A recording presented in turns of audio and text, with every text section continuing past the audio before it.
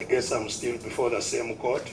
Retired Colonel Dr.Kiizza Besigye and his co-accused Obedi Lutale have once appeared at the General Court Martial in Makindye to proceed with a case of unlawful possession of fire ammunitions and offences related to security. When the court resumed, the legal team, led by Senior Counsel Martha Kalua, first expressed concern over the environment in and outside court and the sentencing of their fellow lawyer Dr.Kiizza, alleging a sign of intimidating the defense legal team. It's a well-known principle, Mr. Chairman, that justice must not only be done, but should also be seen to be done in the way all the processes are conducted and in the way we are treated.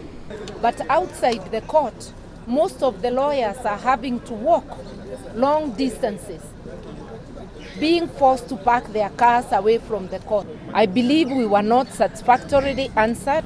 However, their concerns were addressed by court. During the proceedings, the court took another twist, and to the surprise of the defense legal team, prosecution asked court to amend the charge sheet by adding another suspect, a one Captain Dennis Ole, and adding another charge of treachery, which prayers were objected by the defense legal team. However, court overruled the objection. We feel that amending to add a person who is serving in the military is meant to preempt the ruling on jurisdiction, because the court has it's in our view that the court has no jurisdiction on these two gentlemen.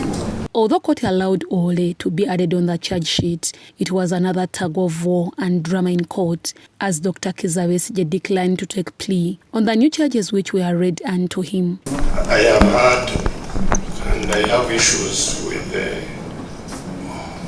the charges which my lawyers present to me. In declining to take plea, he objected to the jurisdiction of court to try him on the basis that he is not a serving Updf officer. The prayers he addressed to court through his legal team. Grounded on Regulation 23 of the regulations of this court martial, particularly sub-regulation 1. Counsel Martha Kalua also addressed court on the jurisdiction of this court to charge any suspect who was arrested from the neighboring country, saying this violates the right to fair hearing under Article 28 and the laws governing the two countries. Constitution of Uganda and the Updf Act all point to territorial jurisdiction within Uganda. The Updf Act appears to give jurisdiction outside, but we are arguing that jurisdiction is territorial because that's what the Constitution says.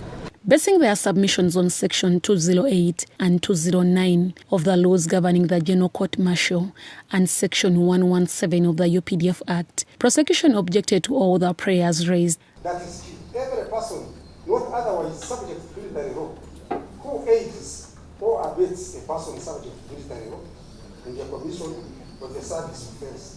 Prosecution also objected to the allegations that the accused were unlawfully extradited from Kenya. Without any extradition order, without appearing before the court, without immigration procedures. Chairman and all court members, was an interstate arrangement, which I believe is not there, because Senior Counsel was quoting the Constitution that Produce the MOU before the court. Do not try to get labor from me, free labor from me. After listening to all submissions from both sides, Chairman Brigadier General Freeman Robert Mugabe adjourned the case to tomorrow, 14th January 2025, and the accused persons were further remanded. However, the defense legal team after court expressed concern on how the court has handled this matter, alleging violation of the accused's rights and the laws governing the two sister countries.